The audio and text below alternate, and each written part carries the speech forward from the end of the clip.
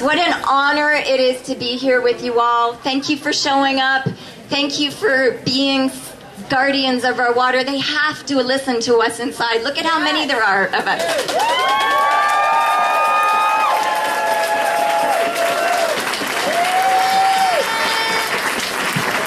So we stand here today together in solidarity with one another and with all of life in our area to say that water is a special thing in life. It's not a commodity that can be bought and sold on the world market, no matter how many multinational corporations think that it is. It just isn't. And many of us here believe that's the case.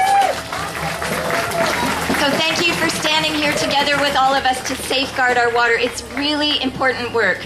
I'm from an organization called Wellington Water Watchers, but the truth is we are all water watchers, and we need every single one of you to stand so that we can actually win this, and it is winnable.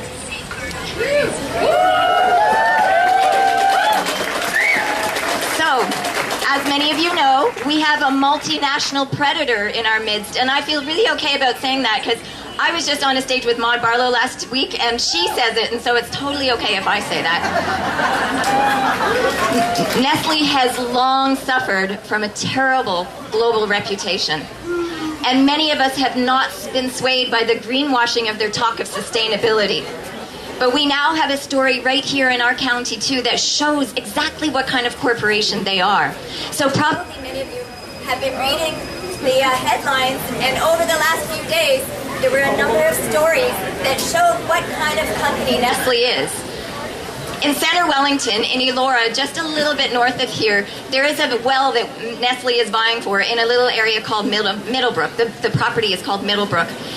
Nestle undeniably has learned and heard the studies that the township and the people of the area know that that well is absolutely, essentially, beyond a shadow of a doubt needed for the people and the life of Center Wellington. There's no denying it now. It's in reports. Even scientists are in agreement on it. And what did Nestle do a couple weeks ago? They outbid the township for the property. This is who we are dealing with.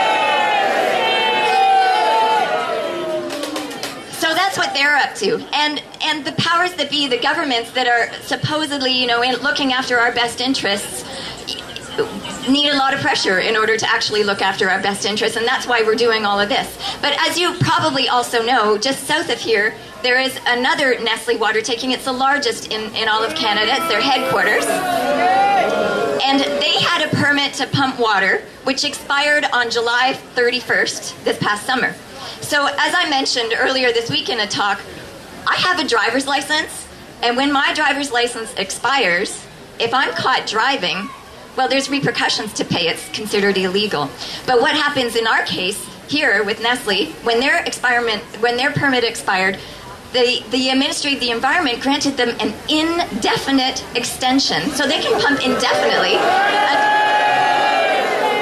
until such point as they can, get adequate research to show that there are actually troubles there, which we know there are. We've known it for years. And I'm sure also that many of you have seen the overwhelming media attention that we've been getting over the past couple of months. It's been incredible.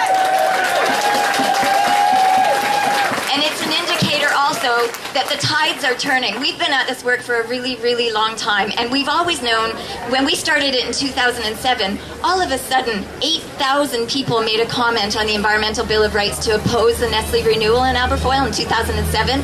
We hit into a groundswell, and people we know are on our side. But at one point, that was still maybe only a percentage of the population. What's happened now in recent media, and the media is testimony to it, is that we are now not the minority. We are the strong majority, and probably the strong majority all over the world that understand that this type of practice cannot continue. The editorial cartoons of painting Nestle and the powers that are allowing Nestle to get away with what they're doing as guilty. The courts of public opinion are out, and they're guilty, and now we just have to keep up the pressure and keep them understanding that we're not going to back down on this.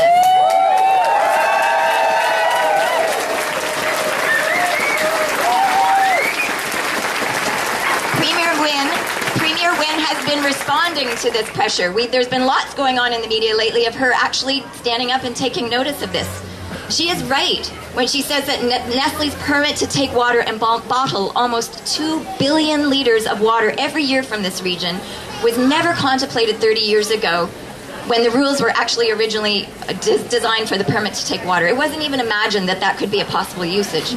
Premier Wynne is right when she says that the rules have to change. Premier Wynne is wrong when she says that all we have to do is raise the fees and the government charges for it. That's not the solution. The Ontario government must stop the practice of granting water taking permits to private companies for bottled water, period.